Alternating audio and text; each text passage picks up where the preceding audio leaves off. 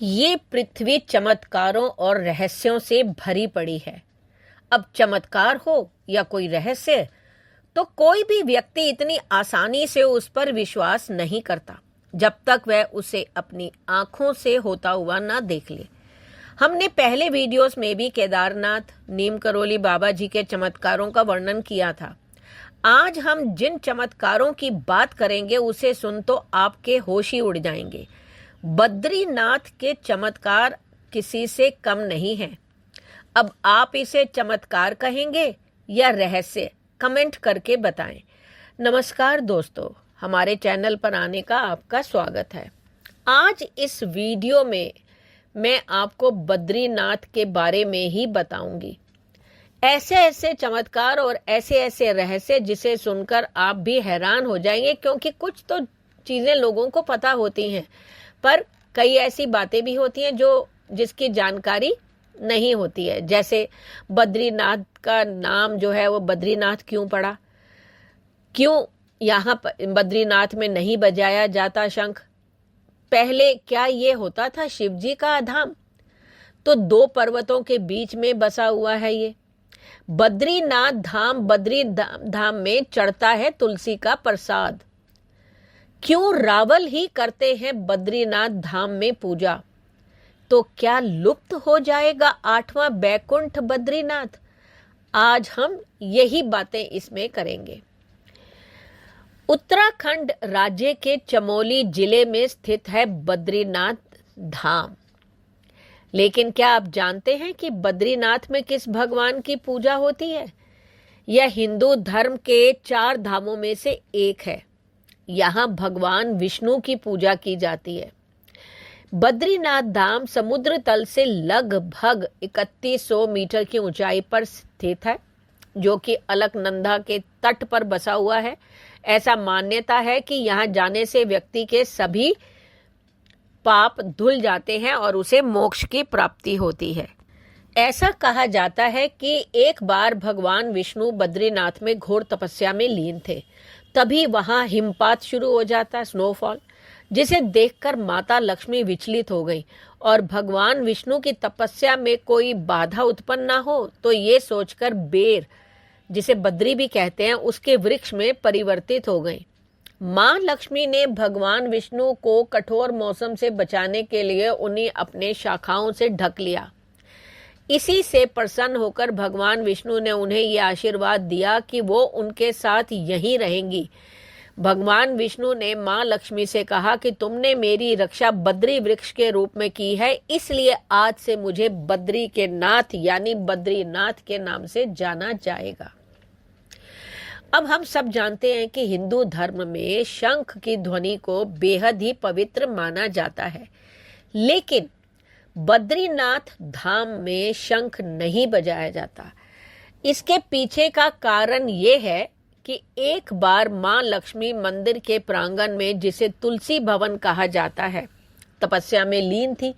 इसी दौरान भगवान विष्णु ने शंख चूर्ण दैत्य का संहार किया था, लेकिन मां लक्ष्मी ध्यान में बैठी हुई थी। वो भगवान विष्णु ने दैत्य शंख चूर्ण का वध करने के बाद भी शंख नहीं बजाया, जबकि हिंदू धर्म में युद्ध की विजय प्राप्ति के बाद शंखनाद किया जाता है। तब से ही बद्रीनाथ धाम में शंख नहीं बजाया जाता। ऐसा कहा जाता है कि यहाँ पर पहले शिव का धाम होता था। सुनने में बड़ा अटपटा सा लगता है जब तक कि उसकी कहानी हमें पता ना हो। ऐसा कहा जाता है कि बद्रीनाथ धाम से पहले जब भगवान शिव का निवास हुआ करता था, लेकिन बाद में भगवान विष्णु ने इस स्थान को भगवान भोलेनाथ से मांग लिया था। पौराणिक मान्यताओं के मुताबिक भगवान विष्णु ने बाल अवतार लिया हुआ था और उन्हें जो है ध्यान लगाने के लिए वो स्थान ढूंढ रहे थे। इसी बीच वो अलकनंदा के किनारे पहुंचे। उन्हें ये स्थान बहुत पसंद आ गया, लेकिन यहाँ पर तो पहले से ही भगवान शिव और पार्वती का निवास था। एक दिन भगवान शिव और माता पार्वती भ्रमण पर निकले। जब वो वापस आए तो उन्होंने देखा कि एक शिशु द्वार पर पड़ा हुआ है और रो रहा है, जिसे देख मां पार्वती की ममता जाग उठी। लेकिन भगवान शिव ने पार्वती को रोका कि ये बालक कोई आम बालक नहीं है, ये कोई मायावी है। लेकिन वो नहीं मानी और उसे अंदर ले आई। माता पार्वती ने बच्चे को चुप कराया, उसे दूध पिलाकर सुला दिया। बच्चे को सुलाकर वो शिव के साथ स्नान करने चली गई। जब वापस लौटी तो दरवाजा अंदर से बंद था। ये देख के भगवान शिव बोले कि अब तो बलपूर्वक ये दरवाजा नहीं खोलेंगे, इससे अच्छा वो कहीं और चले जाएं। ऐसा कहा जाता है कि इसके बाद भगवान शिव केदारनाथ आ गए थे, क्योंकि असल में उन्हें पता चल चुका था कि ये बच्चा कोई आम बच्चा नहीं बल्कि भगवान विष्णु है। अब आपको ये भी बता देते हैं कि बद्रीनाथ धाम जो है वो 2 पर्वतों नर और नारायण के बीच बसा हुआ है। ऐसा कहा जाता है कि यहाँ भगवान विष्णु के अंश नर और नारायण ने तपस्या की थी।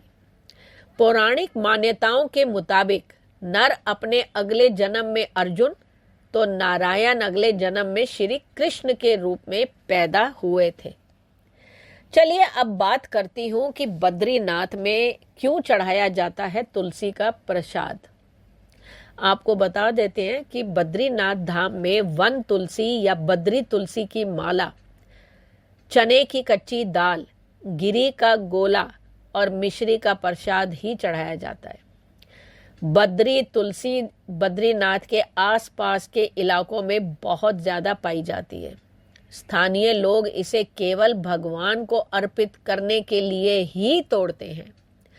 बद्रीनाथ आने वाले श्रद्धालु इस प्रसाद को अपने घरों को ले जाते हैं।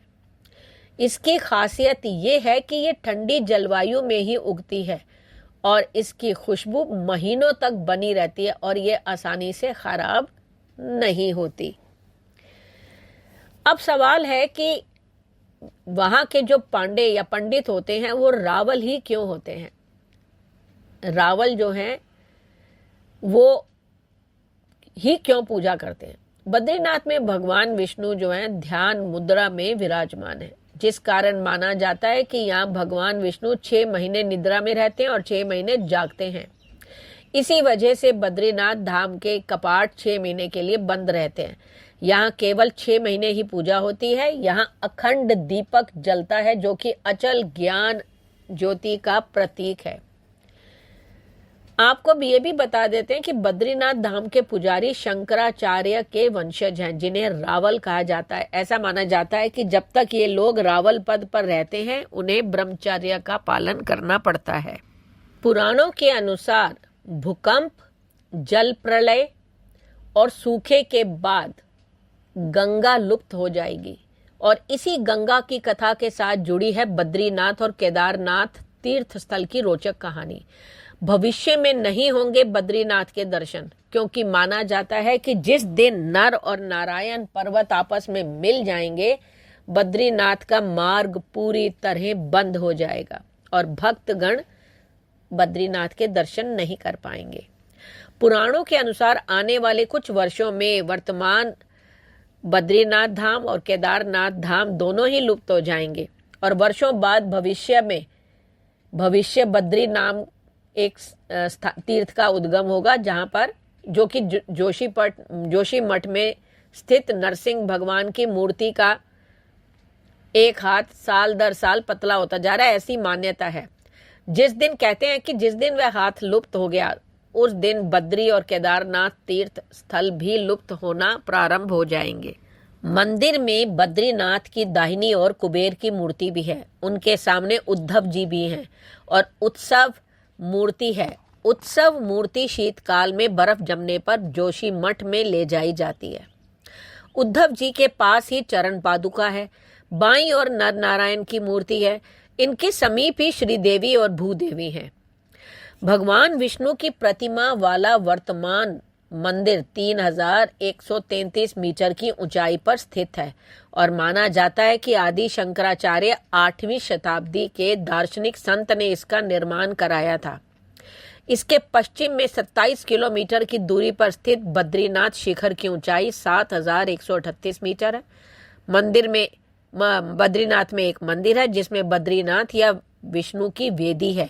यह 2000 वर्ष से भी अधिक समय से एक प्रसिद्ध तीर्थ स्थान रहा है।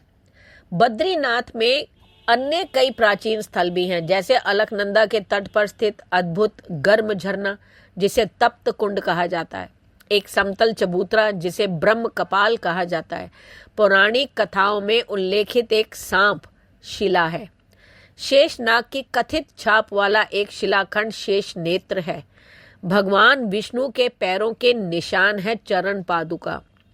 बद्रीनाथ से नजर आने वाला बर्फ से ढका हुआ शिखर नीलकंठ जो गढ़वाल क्वीन के नाम से जाना जाता है।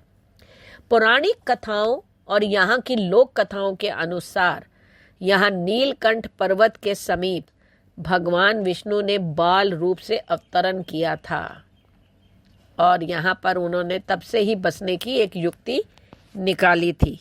अब जैसे मैंने आपको बताया कि लक्ष्मी जी पूजा कर रही थी तो उन्होंने दैत्य का वध किया और शंख नहीं बजाया। इसी तरह से एक और भी मान्यता है, नागवंश की मान्यता। वो तो जो पहले बताई वो पौराणिक था। नागवंश की मान्यता के अनुसार बद्रीनाथ धाम के निकट नागों का वास माना जाता है। शंख की ध्वनि को नागों के लिए कष्टदायक माना जाता है। कहा जाता है कि शंख बजाने से नाग क्रोधित हो सकते हैं, जिससे क्षेत्र में प्राकृतिक आपदाएं या बाधाएं उत्पन्न हो सकती हैं। इसी कारण यहाँ शंख बजाने पर प्रतिबंध है। अब वैज्ञानिक तर्क क्या है?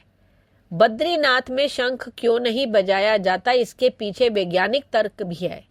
ठंड के मौसम में यहाँ बर्फ गिरती है। ऐसे में अगर शंख बजाया गया तो इसकी आवाज पहाड़ों से टकराती है, जिससे प्रतिध्वनि पैदा होती है और इस प्रतिध्वनि के कारण बर्फ में दरार आ सकती है। साथ ही बर्फीले तूफान आने की आशंका भी बढ़ जाती है। अब कई बार कई सवाल लोग करते हैं कि नर नारायण ने क्यों की थी यहाँ पे तपस्या।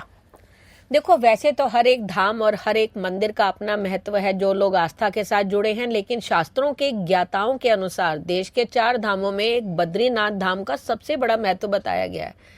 इस धाम में एक दिन की तपस्या करने का फल 1000 वर्ष तक तपस्या करने के बराबर मिलता है, जिससे दूद्रवंभ राक्षस को मारने के लिए नर नारायण ने 100 दिनों तक तपस्या की थी।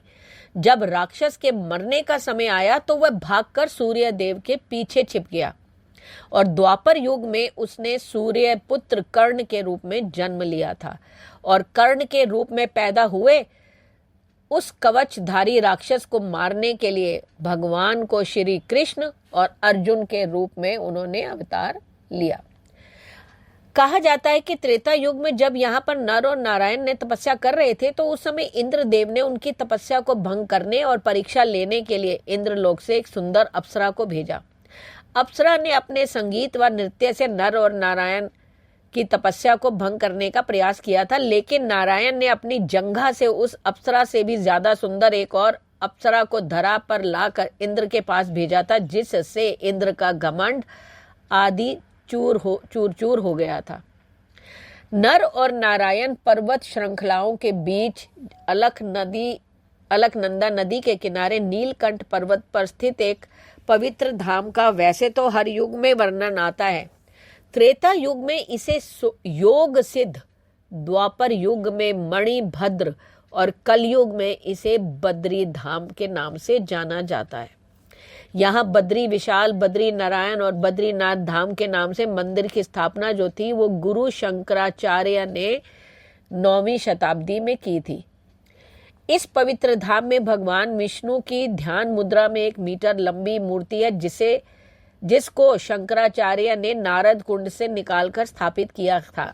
माना जाता है कि भगवान विष्णु की स्वयं प्रकट हुई 8 मूर्तियों में से एक है, जिसके दर्शन करने मात्र से ही व्यक्ति को मृत्यु के बाद मोक्ष की प्राप्ति होती है। इसी तरह यहाँ कुबेर जी और लक्ष्मी नारायण की मूर्तियां भी हैं, जहां भगवान विष्णु को 5 स्वरूपों में पूजा जाता है।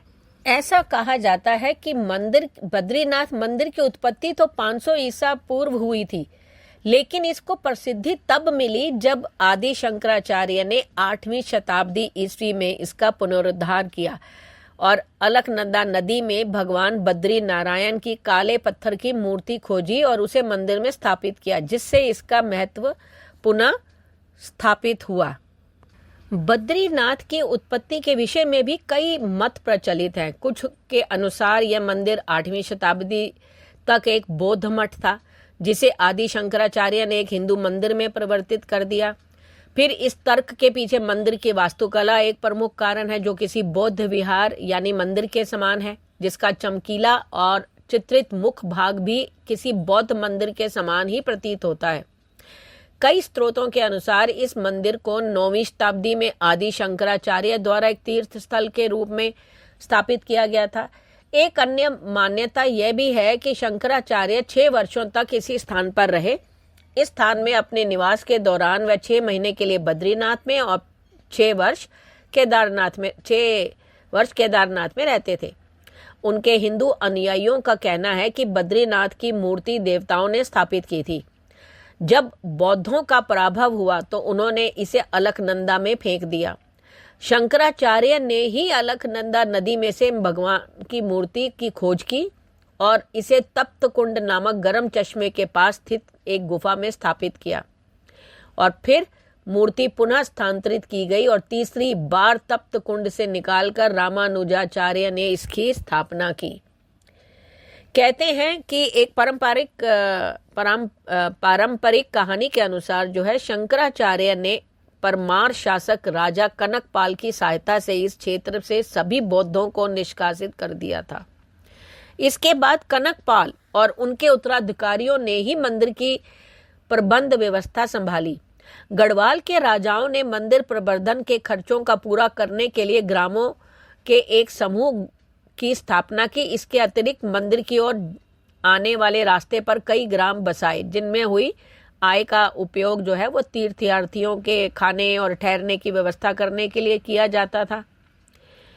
परमार शासकों ने बुलांद बद्रीनाथ नाम अपना लिया था, जिसका अर्थ बोलते हुए बद्रीनाथ है। उनका एक अन्य नाम श्री 108 बद्रीश्चराय परायणगढ़ राज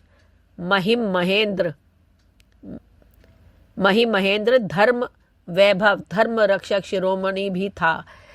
इस समय तक गढ़वाल राज्य के सिंहासन को बद्रीनाथ की गद्दी कहा जाने लगा था और मंदिर में जाने से पहले भक्त राजा को श्रद्धा अर्पित करते थे, और यह प्रथा 19वीं शताब्दी के उत्तरार्ध तक जारी रही। 16वीं शताब्दी में गढ़वाल के तत्कालीन राजा ने बद्रीनाथ मूर्ति को गुफा से लाकर वर्तमान मंदिर में स्थापित कर दिया गया, और 20वीं शताब्दी में जब गढ़वाल राज्य 2 भागों में बट गया तो बद्रीनाथ मंदिर जो था वो ब्रिटिश शासन के अंतर्गत आ गया। हालांकि मंदिर का प्रबंधन तब भी राजा के हाथों ही होता था। अब अगला सवाल है कि बद्रीनाथ मंदिर के मुख्य पुजारी को रावल क्यों कहा जाता है? क्यों उन्हें स्त्री का वेश भी एक बार करना पड़ता है? देखो, यह परंपरा दक्षिण भारत के केरल राज्य के नंबूदरी ब्राह्मणों से चली आ रही है, जिन्हें आदि शंकराचार्य ने बद्रीनाथ धाम में पूजा करने के लिए नियुक्त किया था। बद्रीनाथ धाम के मुख्य पुजारी, जिन्हें रावल कहा जाता है, वो असल में केरल के नंबूदरी ब्राह्मणों में से चुने जाते हैं। यह परंपरा आदि शंकराचार्य द्वारा शुरू की गई थी, जिन्होंने नंबूदरी ब्राह्मणों को बद्रीनाथ धाम में पूजा करने के लिए नियुक्त किया था। रावल बद्रीनाथ धाम के मुख्य पुजारी होते हैं और उन्हें ही खाली भगवान विष्णु की मूर्ति को स्पर्श करने का विशेष अधिकार होता है। रावल को बद्रीनाथ मंदिर के कपाट बंद करने से पहले कुछ विशेष रस्में निभानी होती हैं, जिनमें स्त्री का रूप धारण करना भी शामिल है। यह लक्ष्मी जी के मंदिर में प्रवेश के लिए किया जाता है। वैसे इस तरह की परंपरा बद्रीनाथ के अलावा केदारनाथ और अन्य मंदिरों में भी देखी जा सकती है। वीडियो पसंद आए तो कृपा करके सब्सक्राइब करें, शेयर करें, कमेंट करें। धन्यवाद।